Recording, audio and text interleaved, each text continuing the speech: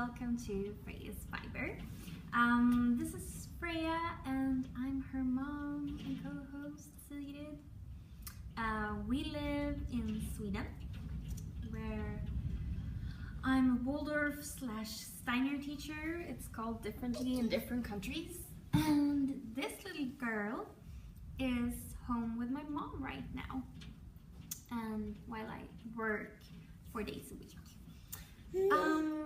What can I tell you more? Welcome back if you're a returning viewer, I should say, like the other podcasters do.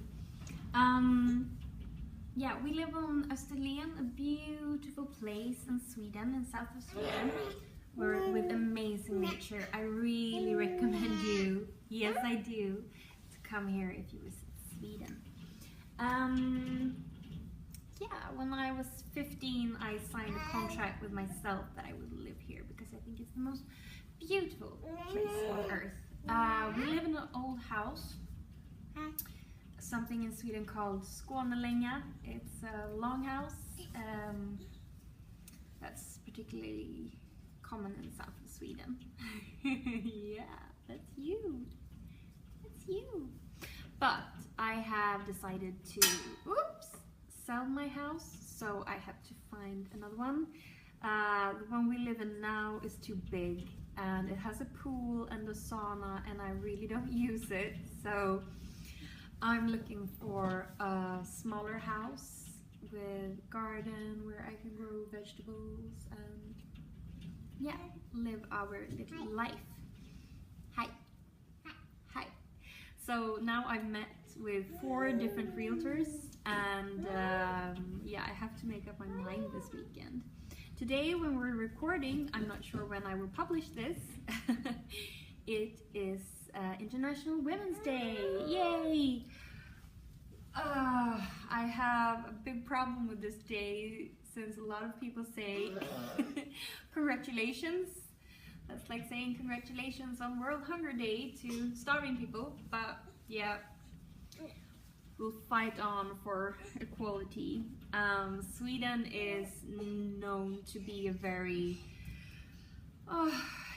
equal country with a lot of equality, but it's not perfect, you guys. And of course there are places where there are more problems for women, but we should never give up, and we can have a fight still going on in this country, even if it's worse in other countries.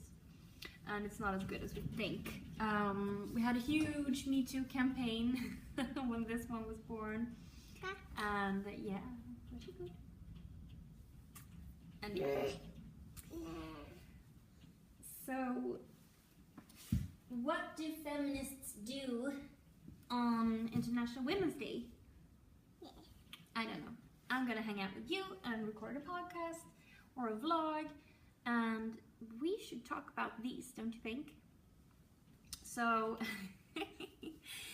a couple of weeks ago, was it last week or 2 weeks ago, I had my knitting class that I hold every Wednesday for kids in grade 4, 5 and 6 on their student's choice.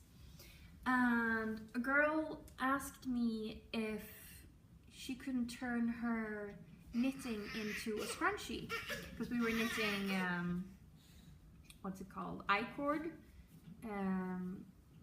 because I wanted them to, hang on, low battery. I wanted them to, you know, try out just knitting plainly and not have to worry about knitting garter stitch or, yeah, stuff like that. Can I get a kiss? No, I don't get a kiss. Anyway, and I said, yeah, of course. And then I helped her to make a little scrunchie, and that kind of gave me an idea that scrunchies are so back right now in fashion. Ow! No! No! Okay, you can have it. Careful. Scrunchies are back right now, and it's really weird because I grew up in the 90s, and then scrunchies were very in, and then I remember watching Sex and the City when I was like 15, and it was the worst thing you could have, a scrunchie. Yeah, it was not in at that moment. And now it's back again with, I don't know if it's like that in your countries, but all these Adidas pants with stripes here. That was, yeah, that's where they go. They were so out here in Sweden, but now they're back in. So, yeah, I decided to just make a pattern for scrunchies.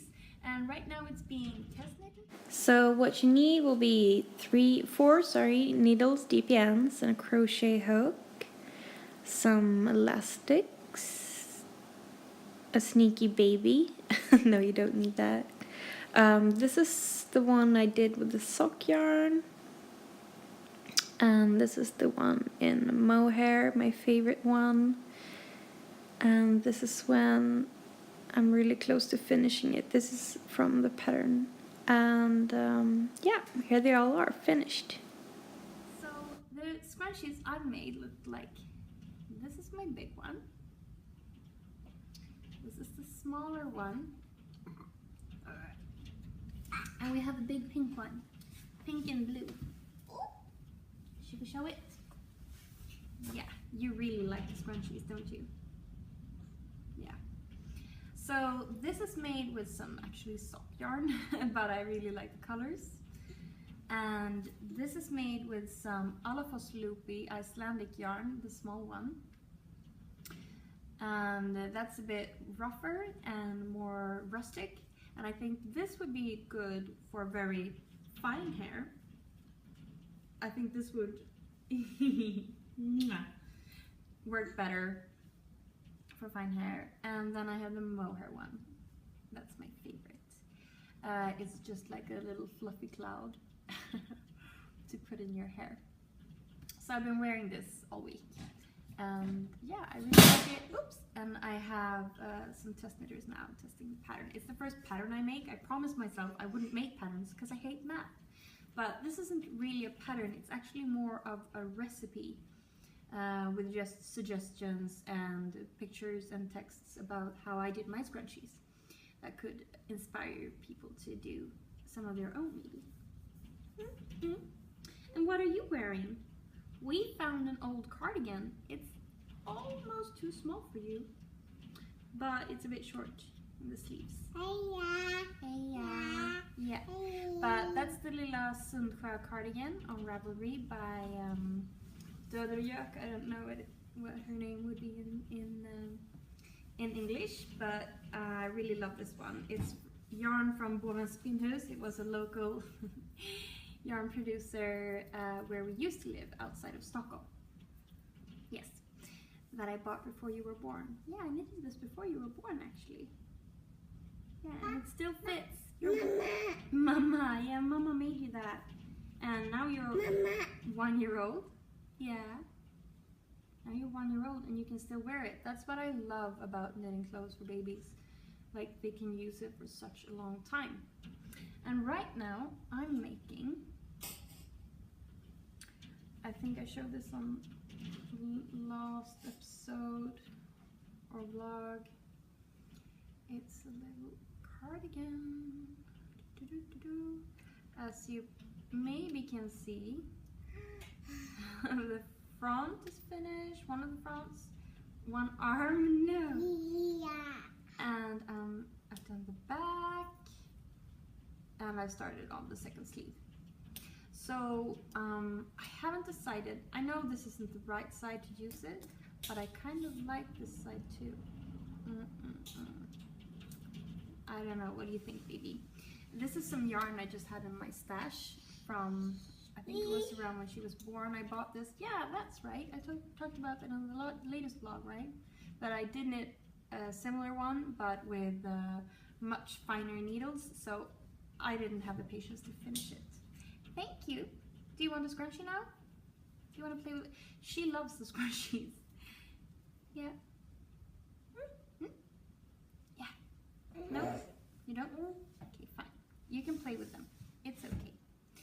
Anyway, so that's not finished. The only things I have finished are the scrunchies, and they are really quick.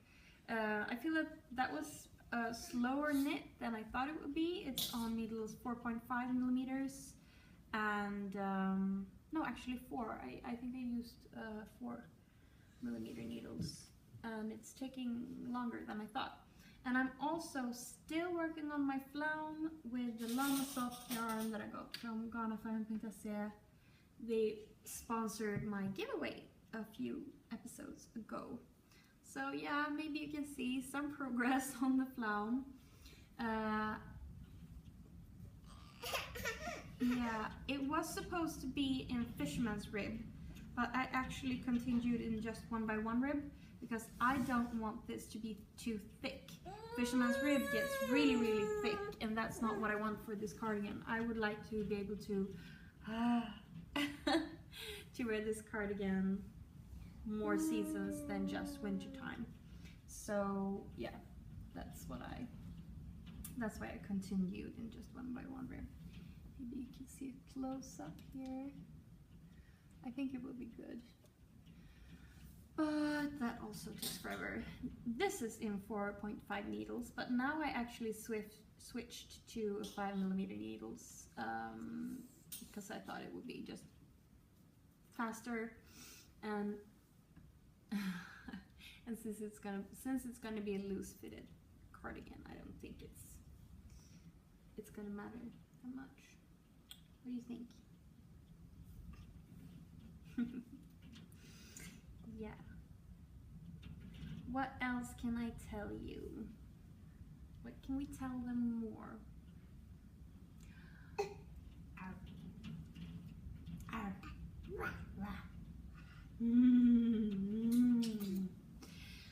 So I don't know what to cast on after that. I feel like it's taking so much time, and spring is coming here in Sweden, especially in south of Sweden, so not sure what I will cast on. I was thinking maybe a gray shawl. I have a white shawl that I use a lot and this beige shawl, the Nuvem shawl by Martina Böhm, that I love. I actually started out crocheting before I was knitting, and I crocheted mostly triangular shawls, and yeah, and I started knitting them too, but with time I realized that I really just normally use these rectangular shawls much more, the long ones, much more than I do with the triangular ones, triangle shawls. Yeah. So yeah, I was thinking of making a shawl. I don't remember what it's called now, but I will insert the picture here. Hopefully remember to do that. And